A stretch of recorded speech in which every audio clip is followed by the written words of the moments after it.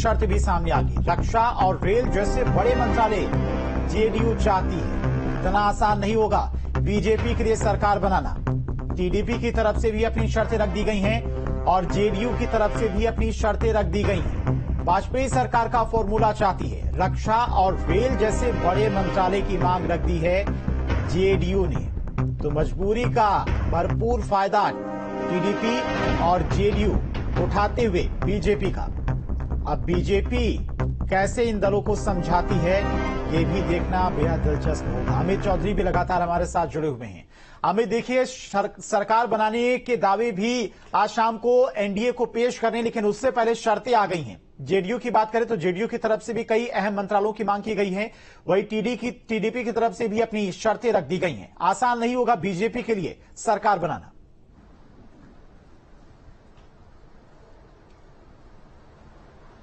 अमित,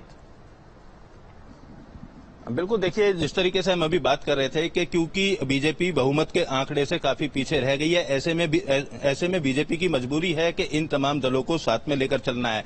तो बार्गेनिंग जरूर होगी, चाहे नीतीश कुमार की तरफ से बार्गेनिंग हो, चाहे चंद्रबाबू नायडू की तरफ से बार्गेनिंग हो। और सूत्र इस बात का दावा जरूर कर रहे हैं कि रेल मंत्रालय से लेकर गृह मंत्रालय, वित्त मंत्रालय, इन मंत्रालय को लेकर बातचीत की जा रही है और इन चीजों को अपने मन में लेकर तमाम जो एनडीए के घटक दल हैं वो दिल्ली पहुंचना है। तो इन कौन कौन सा मंत्रालय किस दल को दिया जाएगा, कितने मंत्रालय दिए जाएंगे, इस बात को लेकर भी आज शाम को होने वाली मीटिंग में चर्चा जरूर होगी। हर तरीके से आश्वस्त होना चाहते हैं तमाम दल, खासतौर पर जो एन फैक्टर की बात कर रहे हैं हम, नीतीश कुमार या नायडू की।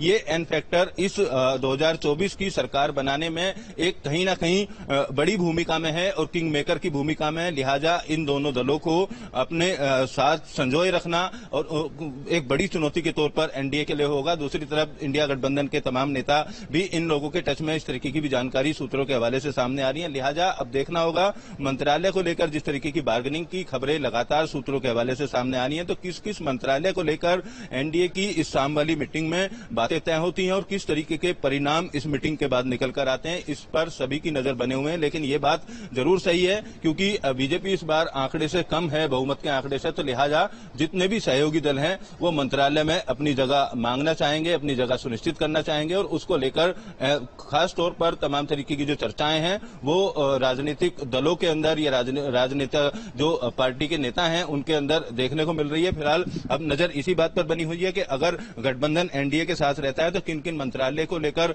बंटवारा यहां पर किया जाएगा और किस तरीके से इन तमाम दलों को सहमत किया जाएगा, क्योंकि दूसरी तरफ ऑप्शन के तौर पर इंडिया गठबंधन भी सामने है। तो ऐसे में नीतीश कुमार की जिस तरीके से पिछले दिनों राजनीति रही है, खासतौर पर उस राजनीति को देखते हुए कहीं ना कहीं बीजेपी यहां पर नीतीश कुमार को, चंद्रबाबू नायडू को साधने की पूरी तरीके से कोशिश करेगी और उसको लेकर मंथन भी किया जा रहा है। जिस तरीके से अमित और आलोक, आप लगातार हमारे साथ बने रहिए, हम चर्चा भी करते रहेंगे सरकार बनाने के तमाम